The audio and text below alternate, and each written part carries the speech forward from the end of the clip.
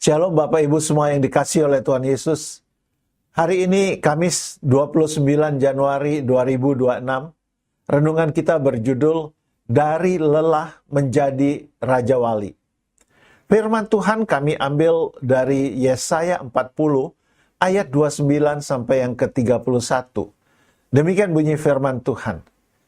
Dia memberi kekuatan kepada yang lelah dan menambah semangat kepada yang tiada berdaya. Orang-orang muda menjadi lelah dan lesu, dan teruna-teruna jatuh tersandung. Tetapi orang-orang yang menanti-nantikan Tuhan mendapat kekuatan baru. Mereka seumpama Raja Wali yang naik terbang dengan kekuatan sayapnya.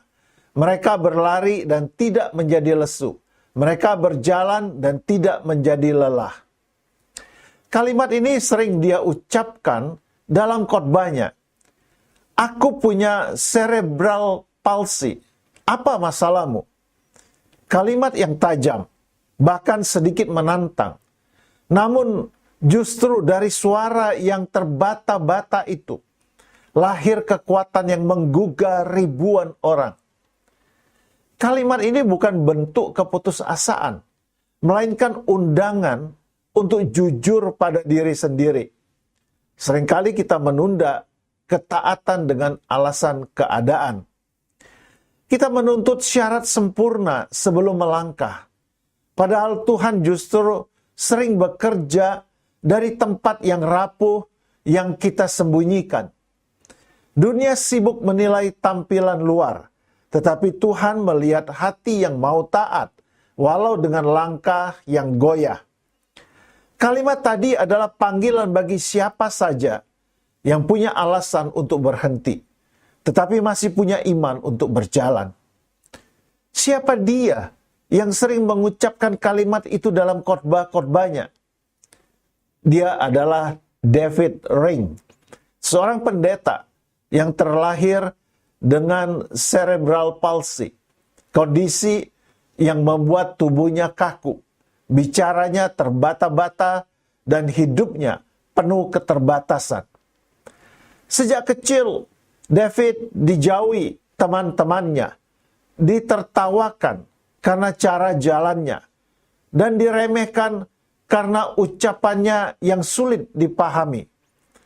Ketika ibunya meninggal saat ia remaja, dunianya runtuh. Satu-satunya orang yang menerimanya tanpa syarat telah tiada. Ia sempat ingin menyerah, merasa hidupnya tak berarti. Namun dalam kepedihan itu, ia menemukan bahwa Tuhan tidak membuang orang yang lemah. Tuhan mengubah penderitaannya menjadi panggilan. Air matanya menjadi kekuatan. Ia tidak diberi tubuh yang sempurna, tetapi diberi hati yang menyala. Ia tidak punya suara yang indah, tetapi punya pesan yang mengguncang dunia.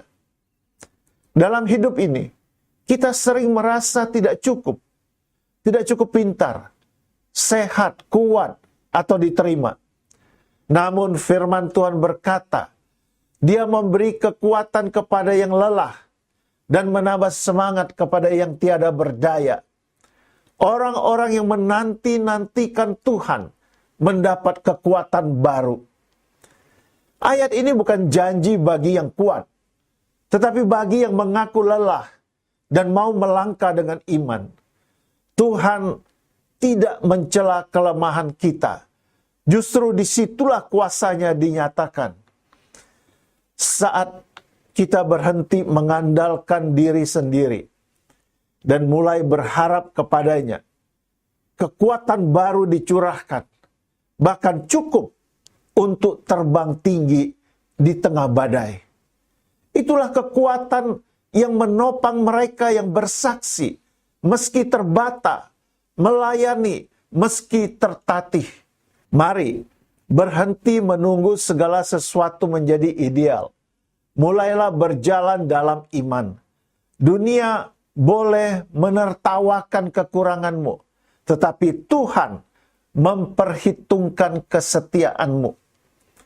Jangan tunggu lancar bicara untuk bersaksi. Jangan tunggu kuat sepenuhnya untuk melayani.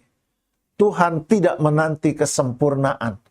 Ia mencari hati yang mau berharap kepadanya. Kita dipanggil untuk melangkah meski lemah, berbicara meski gemetar, dan bersaksi meski belum sempurna.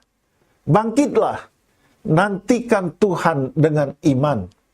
Maka kekuatanmu akan diperbaharui dan engkau akan terbang tinggi seperti Raja Wali. Kata-kata bijak hari ini, Tuhan tidak meminta kita kuat. Dia hanya meminta kita percaya, berharap kepadanya, dan terus melangkah. Puji Tuhan Bapak Ibu untuk renungan yang indah.